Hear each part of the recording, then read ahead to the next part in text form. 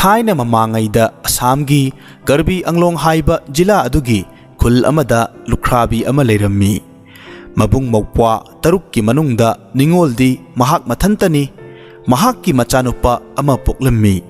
महाकना पिकलिबा मचानिपा अदुबु मिथोय मिहेनबा मिसक अमा ओहनिंगलम्मी मरम असिदगी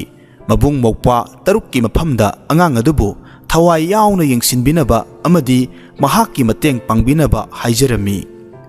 अदुबु अवाबदी मबुंग मौपवासिंग अदुना अंगांग अदुबु कलकलम्मी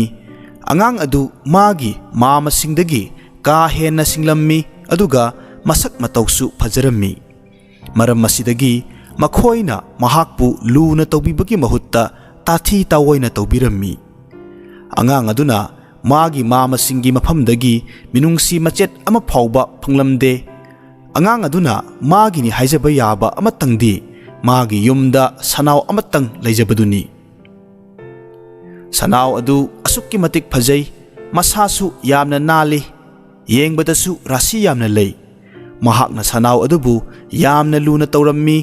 नुमित खुदिंगी अहाव अहावबा सजिक पिजै यामना नुंगसी चाननासु लोइनै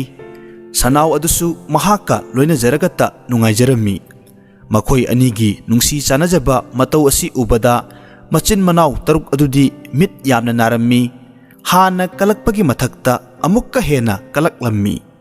कलक मिहौबा असिना मखोइबु मिनुंगसी लैतबा मी ओहेलम्मी मखोइ मयाम लौतुनदुना नोंगमदी सनाव अदु हातोकपिरम्मी अंगांग अदुदी यामना सिंगी महाकना सनाव अदुगी मखोंग नामा कक्थटलगा अतोप्पा खुल्लमदा चटख्रे मफम मदु यौरगा महाक ब्राह्मण अमगी युमदा थुंगलुरे मफम मदुदा कना अमतना महाकपु उद्रिंगैदा इमुंगी काचिन अमदा चंगलगा मफम मदुदा सनावगी मखोंग अदु फुमजिल्ले अदुदगी मतुंगदा ब्राह्मण अदुगी मनाक्ता चंगलगा हायरकलम्मी अयग्यागी इमुंग असिदा संसागी मनम अमा नमलिबसिबु कदाइवाइदगिनो ब्राह्मण अदुना साउना खुमलकलम्मी करी वानो अंगांग पेटवा नंगसु असुमना ngangbा साइ मचोम पाक नाइदबा सारदना करी थोए हाइदना ngangjaba सारिबनो मसी ब्राह्मण अमगी युमने हाइबसी नहाक खंगदबरा नंगदा कइना चादुना सिजख्रो अंगांग मिंगंबा नंगना अइगी इंखोलसिदगी संसा मचेत अमा हेक पुथोकपा ngamद्रबा अइ फत्ते हाइगनु अइ नंगबु साप तौदुना मांगहनगनी अंगांग अदुना यामना मेंगना खुमलकलम्मी अइग्या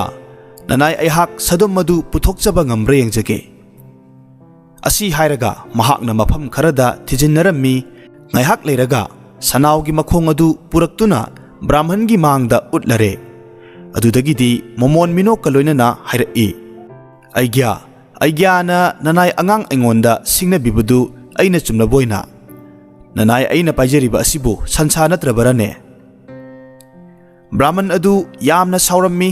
लेकाइना खंख्रबदी बदनाम चाबा सोइद्रे हाइबगी अकीबा अमसु मंगोंदा फौरकलम्मी लेकाइना महाकपु खुंदगी तांथोकपा सोइदे हाइबा वाखल असिदगी मसा अदु चेंग खैबगुम निकलम्मी ngaihaktang खंथरबा मतुंगदा ब्राह्मणना अंगांग अदुदा हायरकलम्मी इबुंगो मरम मोकपा वाफम असी नहाक कना अमत्तदा हाइदोकनु अइना नंगोंदा लुपा खाउजाव अमा पीगनी नंग मसी लौ अदुगा थुना यांगना युम असी थादोक्तुना चटखो लुपा खाउजाव अदु ब्राह्मण अदुना नुपा मचा अदुदा पीरे अदुदगिदी महाक मफम अदु थादोक्तुना चटख्रे नुपा मचा अदु मयुमदा योरकले महाक हौजिक नुंगाइरे मपुनसीदा असुक याम्बा सेनफम असी महाक खक उखिद्री ममागी मनाक्ता चत्तुना हाइरुरे इमा मामसिंगदगी चटलगा मेरुक अमतंग वाबिरुचो ममाना चत्तुना मेरुक अमा लौरुरे लुख्राबीना हेक चटकिबगा मबुंग मौपासिंगना खनै करीगिनो असुक लाइरख्रबी महाकना मेरुक असिना करी चेंगबु ओनगदोरिबनो वाफमसी तराई तराइना लौबा याद्री मसिदा अइखोइना खंगदबा अथुप्पा वा अमदी लेरे अइखोइगी मरक्तगी कनागुंबा अमा चटलगा लोना ममा मचाना करी तौरिबा हाइबदु येंथोकपा चुम्मी असुमना खनरबा मतुंगदा मखोइगी मरक्तगी ख्वाइदगी तोनबा खोमदोन अदु थारे mahakna sambal marumda lotuna lukhrabi mama machana yam khraba paisasing adu onba adu ure halaklaga mahakna wafam masi mayamba singda tamlare lukrabina sel onba loiraduna meruk adu mabung mopwa singi manakta thinba chatlammi tanja aduda makhoina hairaklammi yum yoraga imak nupadu amukta tharau mahak tanagadaba aruba wa ama leire nupa macha aduna mahaki mama singi manakta chatluba matamda makhoina mangonda paisa sing adu kadaidagi phanglakpano haina hanglaklammi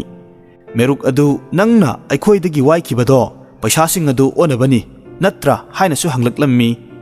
sengna haido u natrabadi awafamda tagani haibagi akiba amasu angang aduda pokhallammi mamak nupana thauna phana khumlaklammi masida lotningai karisu leite masidi sansagi mamalni nakhoina aigi sanbu hatok pikredana masadu matup kakatlaga aina thangnaba khulda puduna chatlui manamda tabada khulgi miyamna aibu koitan tanei aduga mitkup kharagi manungda sansa matum sing adu irai laina loinamak yonma ngamki madudagi phanglakpa paisa aduni aina ngasi puraklibasi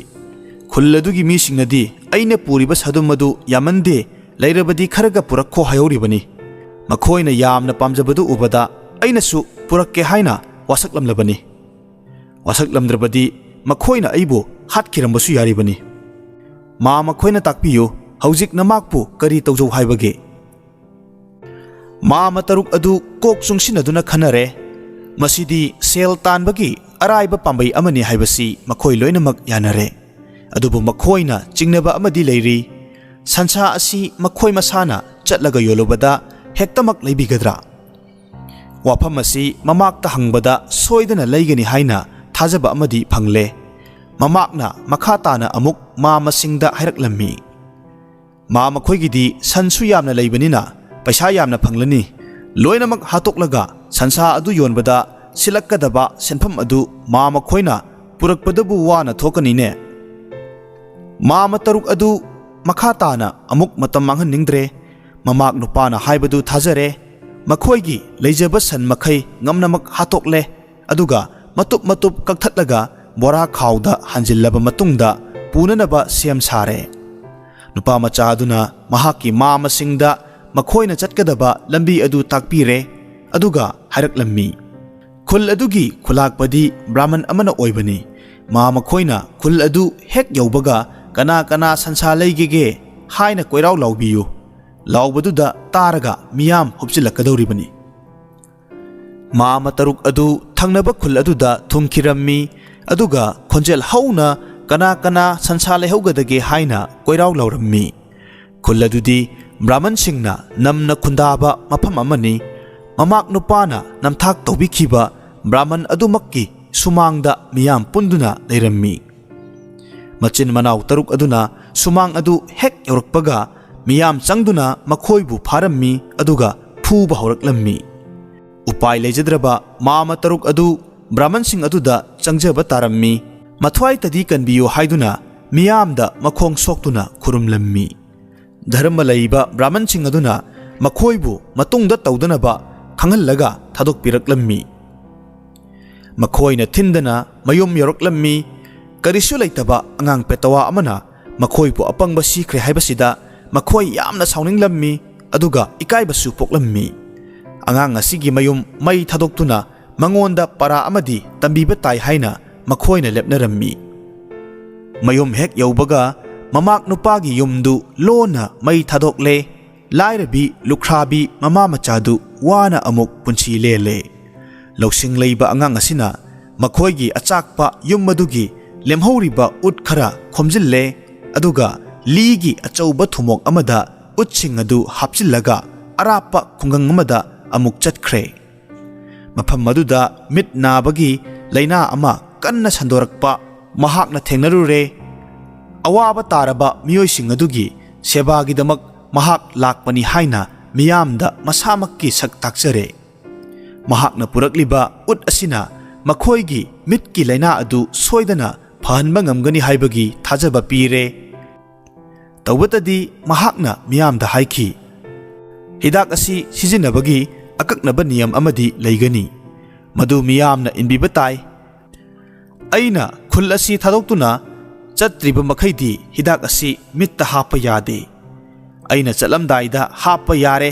hapo haina laurakani matam aduda haphogadabani natrabadi mahi phangloi. Lausing laiba nupa macha aduna matau asumna mahakna purakliba ut yaoba ligi thumok adu yonthokpada lupa khaujau ani phangle. Mahakna hek chatkibaga mahakki masak adu uraktrabada anabasingna hauzik hidak adu hapa yarabra haina lauraklammi. Arapadagi nupa macha aduna khumlaklammi, ngaikho yadri taha khiganu matam khitang soibada honajaba pumba aremba tagadoribani. Mahakpu hauzik kananasu tanaba phanglaroi haibagi matang aduda amukkasu lauraklammi. Hapo yare hauzik hidak adu mit thumna noisillo. Anabasing aduna angang aduna hairibadu ilammi, singnaba leitana mit thumna noisilubadagi mamitsing adu thuplammi aduga i taba phauba yaurammi. Upai leitraba anabasing adu makhoi masagi asoiba adu khangjaraklammi. Matungda amuk laklabadi makhoigi matik khangangani haina solaga makhoi masel kainarammi. Yum yauraklaga angang aduna hanagi matawgumna mamabu mamasingi manaktagi meruk laurunaba amukka hanna thakirammi. Mamakna purakpa senyam adu mamasingna khangle, mamasing adu ngakpana khamthengle. Asuk yamba sel asi mahakna kadaiwaidagi laururibano haina mamakta hanglammi. Masi mahaki yummai chakiba adudagi khomjilhauba ut yolobadagi talakpa pashani haina khomlammi. Ut leihauba mising aduna leirabadi kharaga purakko hayowi hainasu mahakna tamlammi. Aroibada mahakna hairakhi, mamakhoigisu yumsi mai thadokpiro aduga yamiba makhai uttu khomjillaga yonbiruro. Madudagi phanglakpa senpham aduna anauba yum ama sabiro. Mama taruk adu nauhongnana amuk wa tanare, asigumba tanja asi khak manghanba chumde haina mama taruk aduna amuk khanare. Khudakta mayumsing adu amatta chithaba tawdana mai thadokle. Yumlonnabasing aduna makhoigi matau aduda angakpa poklammi. Khamba yabasu khamlammi, adubu makhoi kana amattagi wa sel tabu mihauba makhoi taruk adunadi manada haplamde. Thuna yangna ut bora amamam khomjillaga pukhiduna mamak nupana chatluba khul adu tana makhoisu khongsankhre. Khul adu hek yaubaga miyamna makhoibu pharammi aduga phuba yaba phurammi. Mamai thangda makhoi taruk makpu thaurina punsillaga mayam changduna mamitta ut nosillammi. Mamit tangde haibata khai mamak nupagi namthakni haiba handak muksu makhoi khangjare. Mahakpu matik chaba chairak pirunabagidamak mamai thangda makhoi mayum maikai panglakle. Yum yauraga mamasingna angang adubu phare aduga sarang amada hapchillaga turel mapanda leiba jangal amada pukhre. Handakti mahak nanthokpa ngamlaroi haina khallaga makhoi ngaihaktang chak chathosi haina punna hongnaraga mafam adu thadoktuna chatkirammi. Makhoina chathokringaida laigi nongdamdagi mafam aduda atoppa leibaktagi ningthau macha amakhak sa tanwa laklammi. Mahakna angang adubu matomta leiba uraga mangonda ngakna hanglaklammi. Karigino nahakna mafam masida nathanta leiramlebasi? Kanana nangbu sarang ngasida so lonsillamlaga mafam masida hondokpiramlibano? Angang aduna khumlaklammi, aigi mamana pokpi ichan nupi ama lei, mahaksi kayam phajabagi haibadu adomdi khangbiramloi. Mabuk phatraba aigi mamasingna ichan adubu aingonda thajanaba kanna hotnari. Aina di madu yaningdri, ichan lauba haibasi haunadabani. Aina haijaba makhoina tabide, makhoina haiba inde haibagidamakta aibu khong khut punsillaga sarang asida haptuna mafam masida hondokpiramlibani. Ningthau macha aduna hanglaklammi, aina mabu luhongduna laurabadi wafamdu losinba yaragadra? Nupa macha aduna khumlai, madu oragana adomna aigi mahutta sarang asida leibi hauba aduga mamasing adu lakpa ngaibiba taba. ꯅꯤꯡꯊꯧ ꯃꯆꯥꯅ ꯃꯍꯥꯛꯅ ꯍꯥꯏꯕꯗꯨ ꯌꯥꯔꯝꯃꯤ ꯃꯈꯥ ꯇꯥꯅ ꯑꯃꯨꯛ ꯅꯨꯄꯥ ꯃꯆꯥ ꯑꯗꯨꯅ ꯍꯥꯏꯔꯛꯂꯝꯃꯤ ꯊꯕꯛ ꯑꯁꯤ ꯄꯪꯂꯥꯏ ꯂꯥꯏ ꯍꯥꯏꯅꯗꯤ ꯈꯟꯕꯤꯒꯅꯨ ꯑꯗꯣꯝꯒꯤ ꯅꯤꯡꯊꯧ ꯃꯆꯥꯒꯤ ꯐꯤꯖꯣꯜ ꯑꯗꯨꯗ ꯃꯈꯣꯏꯅ ꯆꯤꯡꯅꯈꯤꯒꯅꯤ ꯑꯗꯣꯝꯅ ꯑꯩꯒꯤ ꯐꯤꯖꯣꯜ ꯑꯁꯤ ꯁꯦꯠꯄꯤꯕ ꯇꯥꯕꯅꯤ ꯑꯗꯨꯒ ꯑꯗꯣꯝꯒꯤ ꯅꯤꯡꯊꯧ ꯃꯆꯥꯒꯤ ꯐꯤꯖꯣꯜ ꯑꯗꯨ ꯑꯩꯅ ꯁꯦꯠꯆꯕ ꯇꯥꯕꯅꯤ ꯃꯈꯣꯏꯅ ꯑꯗꯣꯝꯗ ꯀꯔꯤ ꯄꯥꯝꯕꯒꯦ ꯍꯥꯏꯅ ꯍꯪꯂꯛꯄ ꯃꯇꯝꯗ ꯑꯗꯣꯝꯅ ꯇꯨꯔꯦꯜ ꯃꯅꯨꯡꯗ ꯊꯥꯗꯕꯤꯌꯨ ꯍꯥꯏꯒꯗꯕꯅꯤ ꯃꯁꯤꯁꯨ ꯅꯤꯡꯊꯧ ꯃꯆꯥ ꯑꯗꯨꯅ ꯍꯔꯥꯎꯅ ꯌꯥꯔꯝꯃꯤ ꯃꯍꯥꯛꯅ ꯅꯨꯄꯥ ꯃꯆꯥ ꯑꯗꯨꯕꯨ ꯁꯔꯪꯗꯒꯤ ꯂꯧꯊꯣꯛꯄꯤꯔꯦ ꯑꯗꯨꯒ ꯃꯈꯣꯏ ꯑꯅꯤ ꯐꯤꯖꯦꯠ ꯑꯣꯟꯊꯣꯛꯅꯔꯦ ꯃꯗꯨꯒꯤ ꯃꯇꯨꯡꯗ ꯁꯔꯪ ꯃꯅꯨꯡꯗ ꯆꯪꯈ꯭ꯔꯦ ꯅꯨꯄꯥ ꯃꯆꯥ ꯑꯗꯨꯗꯤ ꯃꯌꯨꯝ ꯃꯥꯏꯀꯩ ꯄꯥꯡꯂꯛꯂꯦ ꯉꯥꯏꯍꯥꯛ ꯂꯩꯔꯒ ꯃꯆꯤꯟ ꯃꯅꯥꯎ ꯇꯔꯨꯛ ꯑꯗꯨ ꯇꯣꯔꯕꯥꯟ ꯑꯗꯨꯗ ꯊꯨꯡꯂꯔꯦ ꯊꯋꯥ ꯏꯁꯥ ꯁꯥꯗꯅ ꯃꯈꯣꯏꯅ ꯍꯪꯂꯛꯏ ꯏꯃꯥꯛ ꯏꯕꯨꯡꯉꯣ ꯍꯧꯖꯤꯛ ꯅꯪꯅ ꯍꯥꯏꯅꯤꯡꯕ ꯀꯔꯤ ꯂꯩꯔꯤ ꯃꯗꯨꯗ ꯉꯁꯥꯏ ꯅꯨꯄꯥ ꯃꯆꯥ ꯑꯗꯨꯅ ꯇꯥꯛꯂꯝꯕ ꯑꯗꯨ ꯅꯤꯡꯁꯤꯡꯗꯨꯅ ꯅꯤꯡꯊꯧ ꯃꯆꯥ ꯑꯗꯨꯅ ꯑꯩꯅ ꯄꯥꯝꯕ ꯍꯥꯏꯕꯕꯨ ꯑꯩꯕꯨ ꯏꯁꯤꯡꯗ ꯂꯪꯊꯕꯤꯔꯣ ꯑꯁꯨꯝꯅ ꯈꯨꯝꯂꯛꯂꯝꯃꯤ ꯍꯥꯏꯕꯗꯤ ꯍꯥꯏꯗꯣꯛꯈ꯭ꯔꯦ ꯑꯗꯨꯕꯨ ꯃꯕꯨꯛꯇꯗꯤ ꯈꯜꯂꯛꯏ ꯑꯩꯅ ꯂꯨꯍꯣꯡꯒꯗꯧꯔꯤꯕ ꯑꯁꯤꯕꯨ ꯑꯁꯤꯕꯒꯤ ꯂꯩꯕꯥꯛꯇ ꯂꯩꯕꯤ ꯔꯥꯖꯀꯨꯃꯥꯔꯤ ꯑꯃꯒꯔꯅꯦ ꯃꯈꯣꯏ ꯇꯔꯨꯛ ꯑꯗꯨꯅ ꯁꯔꯪ ꯑꯗꯨ ꯏꯁꯤꯡꯗ ꯊꯥꯗꯔꯝꯂꯒ ꯍꯔꯥꯎꯅ ꯃꯌꯨꯝꯗ ꯍꯟꯈ꯭ꯔꯦ ꯃꯃꯥꯛ ꯅꯨꯄꯥ ꯑꯗꯨꯅ ꯃꯈꯣꯏꯕꯨ ꯑꯃꯨꯛ ꯍꯟꯅ ꯋꯥꯍꯟꯕ ꯉꯝꯂꯔꯣꯏ ꯍꯥꯏꯕꯒꯤ ꯑꯁꯥꯗ ꯃꯈꯣꯏꯒꯤ ꯃꯄꯨꯛꯅꯤꯡꯗ ꯁꯥꯟꯇꯤ ꯂꯩꯔꯦ ꯃꯈꯣꯏꯅ ꯃꯌꯨꯝꯗ ꯊꯨꯡꯂꯔꯕ ꯃꯇꯝꯗ ꯃꯆꯦꯒꯤ ꯃꯥꯡꯒꯣꯟꯗ ꯐꯖꯈ꯭ꯔꯕ ꯃꯨꯔꯇꯤ ꯑꯃ ꯂꯦꯞꯇꯨꯅ ꯂꯩꯔꯝꯕꯗꯨ ꯎꯔꯦ ꯃꯨꯔꯇꯤ ꯑꯗꯨꯒꯤ ꯃꯁꯥꯗ ꯊꯣꯡꯂꯤꯕ ꯅꯤꯡꯊꯤꯖꯈ꯭ꯔꯕ ꯐꯤꯖꯦꯠ ꯂꯩꯇꯦꯡ ꯑꯃꯗꯤ ꯂꯤꯛ ꯀꯣꯟ ꯀꯌꯥ ꯑꯗꯨꯅ ꯃꯈꯣꯏꯕꯨ ꯁꯨꯃꯠꯈ꯭ꯔꯦ ꯃꯗꯨꯕꯨ ꯃꯈꯣꯏꯅ ꯀꯂꯛꯂꯦ ꯃꯅꯥꯛ ꯆꯪꯁꯤꯟꯗꯨꯅ ꯌꯦꯡꯕ ꯃꯇꯝꯗꯗꯤ ꯃꯤꯗꯨ ꯑꯇꯩ ꯀꯅꯥꯁꯨ ꯑꯣꯏꯔꯝꯗ꯭ꯔꯦ ꯃꯃꯥꯛ ꯅꯨꯄꯥ ꯑꯗꯨꯃꯛ ꯑꯣꯏꯔꯝꯂꯦ ꯃꯈꯣꯏꯅ ꯈꯜꯂꯤ ꯃꯍꯥꯛ ꯄꯇꯥ ꯂꯩꯕꯥꯛ ꯀꯣꯏꯅ ꯆꯠꯂꯨꯔꯕꯅꯤ ꯄꯇꯥ ꯂꯩꯕꯥꯛ ꯑꯗꯨ ꯑꯣꯟꯊꯣꯛꯅ ꯐꯖꯔꯝꯕ ꯌꯥꯏ ꯁꯅꯥ ꯂꯨꯄꯥ ꯃꯅꯤ ꯃꯨꯛꯇ ꯃꯔꯥꯡ ꯀꯥꯏꯅ ꯂꯩꯔꯝꯕ ꯌꯥꯏ ꯐꯔꯦ ꯑꯗꯨꯅꯗꯤ ꯃꯉꯣꯟꯗ ꯍꯪꯂꯁꯤ ꯀꯔꯝꯅ ꯑꯃꯨꯛ ꯃꯐꯝ ꯑꯁꯤꯗ ꯍꯜꯂꯛꯂꯤꯕꯅꯣ ꯍꯥꯏꯕꯗꯨ ꯃꯥꯃꯁꯤꯡ ꯑꯗꯨꯅ ꯑꯃꯨꯛ ꯃꯈꯥ ꯇꯥꯔꯛꯂꯝꯃꯤ ꯍꯥꯏꯌꯨ ꯅꯍꯥꯛ ꯑꯁꯤꯕꯒꯤ ꯂꯝꯗꯝ ꯑꯗꯨꯗ ꯃꯇꯧ ꯀꯔꯝꯅ ꯌꯧꯔꯨꯕꯒꯦ ꯃꯃꯥꯛꯅ ꯈꯨꯝꯂꯛꯂꯝꯃꯤ ꯏꯁ ꯑꯉꯛꯄꯅꯤ ꯑꯁꯤꯕꯒꯤ ꯂꯩꯕꯥꯛ ꯍꯥꯏꯕꯁꯤꯗꯤ ꯑꯩꯒꯤꯗꯃꯛꯇ ꯖꯣꯝꯔꯥꯖꯅ ꯊꯥꯕꯤꯔꯛꯄꯅꯤ ꯍꯥꯏꯕ ꯗꯣꯂꯥꯏ ꯑꯃꯁꯨ ꯃꯐꯝ ꯑꯗꯨꯗ ꯂꯩꯔꯝꯃꯤ ꯃꯗꯨ ꯇꯣꯡꯗꯨꯅ ꯑꯩ ꯑꯁꯤ ꯂꯩꯕꯥꯛꯇ ꯆꯠꯂꯤ ꯀꯣꯅꯨꯡ ꯌꯧꯔꯒ ꯏꯄꯨꯕꯣꯛ ꯑꯃꯗꯤ ꯏꯕꯦꯟꯕꯣꯛꯅ ꯑꯩꯕꯨ ꯍꯔꯥꯎꯅ ꯀꯣꯟꯁꯤꯟꯕꯤ ꯑꯩꯕꯨ ꯄꯤꯖ ꯄꯤꯊꯛꯂꯕ ꯃꯇꯨꯡꯗ ꯃꯃꯜ ꯌꯥꯝꯂꯕ ꯐꯤꯖꯣꯜ ꯑꯁꯤ ꯁꯦꯠꯆꯤꯟꯕꯤ ꯃꯅꯤ ꯃꯨꯛꯇ ꯂꯤꯛ ꯀꯣꯟ ꯀꯌꯥ ꯑꯁꯤꯁꯨ ꯁꯤꯖꯤꯟꯕꯤ ꯃꯈꯣꯏꯅ ꯑꯩꯕꯨ ꯊꯨꯅ ꯌꯥꯡꯅ ꯌꯨꯝꯗ ꯑꯃꯨꯛ ꯍꯜꯂꯒ ꯃꯈꯣꯏꯕꯨꯁꯨ ꯎꯅꯤꯡꯉꯤ ꯃꯈꯣꯏꯕꯨ ꯊꯨꯅ ꯊꯥꯔꯛꯎ ꯍꯥꯏꯍꯧꯋꯤ ꯀꯥꯏꯅꯔꯝꯗꯥꯏꯗ ꯁꯅꯥꯒꯤ ꯍꯩꯖ꯭ꯔꯥꯡ ꯑꯁꯤꯃꯁꯨ ꯄꯤꯔꯛꯏ ꯃꯈꯣꯏꯅ ꯃꯁꯤ ꯄꯨꯔꯒ ꯆꯠꯄꯤꯔꯨꯆꯣ ꯃꯥꯃ ꯇꯔꯨꯛ ꯑꯗꯨ ꯇꯁꯦꯡꯅꯃꯛ ꯃꯐꯝ ꯑꯗꯨ ꯇꯥꯅ ꯆꯠꯅꯤꯡꯂꯛꯂꯦ ꯀꯔꯝꯅ ꯆꯠꯀꯅꯤ ꯍꯥꯏꯅ ꯃꯃꯥꯛꯇ ꯑꯃꯨꯛ ꯍꯪꯂꯛꯂꯝꯃꯤ ꯑꯗꯨꯒꯤ ꯋꯥꯗꯤ ꯀꯔꯤꯁꯨ ꯂꯩꯇꯦ ꯃꯈꯣꯏꯅ ꯏꯁꯥꯒ ꯆꯥꯟꯅꯕ ꯎꯄꯨ ꯑꯃꯃꯝ ꯊꯧꯔꯥꯡ ꯇꯧꯕꯤꯔꯣ ꯑꯗꯨꯒ ꯃꯗꯨꯗ ꯆꯪꯕꯤꯔꯣ ꯑꯩꯅ ꯃꯈꯣꯏꯕꯨ ꯇꯣꯔꯕꯥꯟ ꯇꯥꯅ ꯄꯨꯖꯒꯅꯤ ꯑꯗꯨꯒ ꯅꯍꯥꯟ ꯃꯈꯣꯏꯅ ꯑꯩꯕꯨ ꯏꯁꯤꯡꯗ ꯂꯪꯊꯕꯤꯕ ꯑꯗꯨꯒꯨꯝꯅ ꯑꯩꯅ ꯂꯪꯊꯖꯒꯅꯤ ꯑꯁꯤꯕꯒꯤ ꯂꯩꯕꯥꯛꯇ ꯗꯣꯂꯥꯏ ꯇꯔꯨꯛꯅ ꯃꯈꯣꯏꯕు ꯑꯃꯃꯝꯇꯪ ꯏꯄꯨ ꯏꯕꯦꯟꯒꯤ ꯃꯅꯥꯛ ꯇꯥꯅ ꯄꯨꯅꯕ ꯑꯣꯛꯂꯝꯒꯅꯤ ꯈꯣꯡꯆꯠ ꯑꯁꯤ ꯌꯥꯝꯅ ꯅꯨꯡꯉꯥꯏꯕ ꯈꯣꯡꯆꯠ ꯑꯃꯁꯨ ꯑꯣꯏꯒꯅꯤ ꯃꯃꯥꯛꯅ ꯍꯥꯏꯕ ꯈꯨꯗꯤꯡꯃꯛ ꯃꯥꯃꯁꯤꯡꯅ ꯌꯥꯔꯦ ꯎꯄꯨꯁꯤꯡꯁꯨ ꯂꯧꯔꯨꯔꯦ ꯃꯥꯒꯤ ꯎꯄꯨꯗ ꯆꯪꯅꯔꯦ ꯑꯗꯨꯗꯒꯤ ꯎꯄꯨꯁꯤꯡꯗꯨ ꯇꯣꯔꯕꯥꯟ ꯇꯥꯅ ꯄꯨꯔꯒ इहान हानबदा ममहल याउबा उपु अदु तुरेंदा थादखरे मदुदा इसिंगदगी कोंगोल खरा थोरकप उरे मदु उरगा नुपा मचा अदुना लौरकलम्मी येंगु येंगु इबेन थौना यु अतिंगबा यामना पिथकपदगी ममहलसी साथीना ओरे वासी ताबदा